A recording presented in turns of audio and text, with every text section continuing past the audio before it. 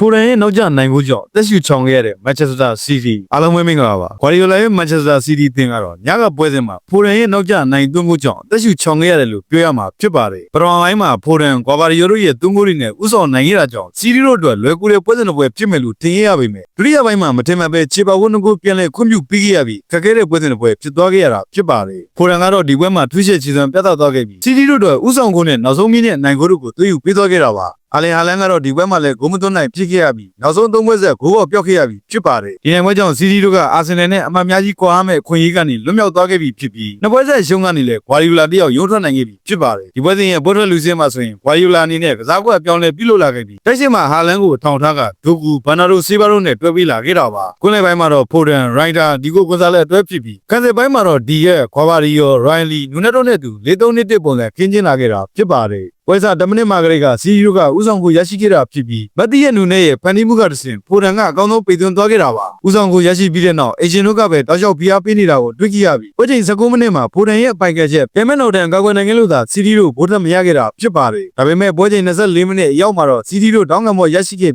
အဲ့ဒီတောင်းကံဘောကတဆင်ချိုးချက်တဲ့အနေထားကနေဂွာဘာရီယောကအင်ရှင်တို့အတွက်ဒုတိယမြောက်ဦးဆောင်မှုကိုတွေ့ယူပေးသွားခဲ့တာပါ။နောက်ခုပြည့်ဦးဆောင်ပြီးတဲ့နောက်ပွဲကအနေငယ်အေးသွားခဲ့ပြီးဒုတိယပိုင်းပွဲချိန်49မိနစ်ရောက်မှာတော့လီတို့ကလိုအပ်နေတဲ့ခြေပါဘူးကိုရှာဖွေသွားနိုင်ခဲ့တာဖြစ်ပါတယ်။အဲဒီနောက်ပွဲချိန်56မိနစ်ရောက်မှာလဲဂွာဘာရီယောကဂိုးအေရီယာအတွင်းဒီကစားသမားကိုပြတ်တော့ကုန်ကျန်းခဲ့တာကြောင့်စီတီတို့ပယ်နတီပေးခဲ့ရပြီးအဲ့ဒီပယ်နတီကနေပဲတရီရက်လက်ဖြစ်ပေါ်စီမဲ့ခြေပါဘူးကိုစီတီတို့ခွင့်ပြုပေးခဲ့ရတာပါ။တရီရက်လက်ဖြစ်သွားချိန်မှာတော့နီးပြဂွာရီလာအနေနဲ့တိုက်စစ်ပိုင်းပုံမှန်မြင့်တင်လာတာကိုတွေ့ခဲ့ရပြီးပွဲချိန်မိနစ်90ရောက်မှာတော့ပြန်မဲ့ကစားသမားတွေပိတ်ဆို့နေတဲ့ဂျာကဖိုဒန်ကအနိုင်ကိုအပြင်းကန်သွန်းသွားခဲ့က EDM မှာဖိုဒန်အနိုင်သုံးမဲ့ရှာဖွေသွားနိုင်ခဲ့တာဖြစ်ပါတယ်ဒီနိုင်ပွဲကြောင့် Guardiola ရဲ့ Manchester City တင်ကအမှတ်ပေးစရာအဆင့်နဲ့နေရာကိုပြန်လည်တက်လှမ်းလာနိုင်ခဲ့ပြီဖြစ်ပြီးဇီယာတိတ်ကအာဆင်နယ်ကိုလည်း၄မှတ်ကွာကနေအကောင်းဆုံးဖိအားပေးနိုင်ခဲ့ပြီဖြစ်ပါတယ်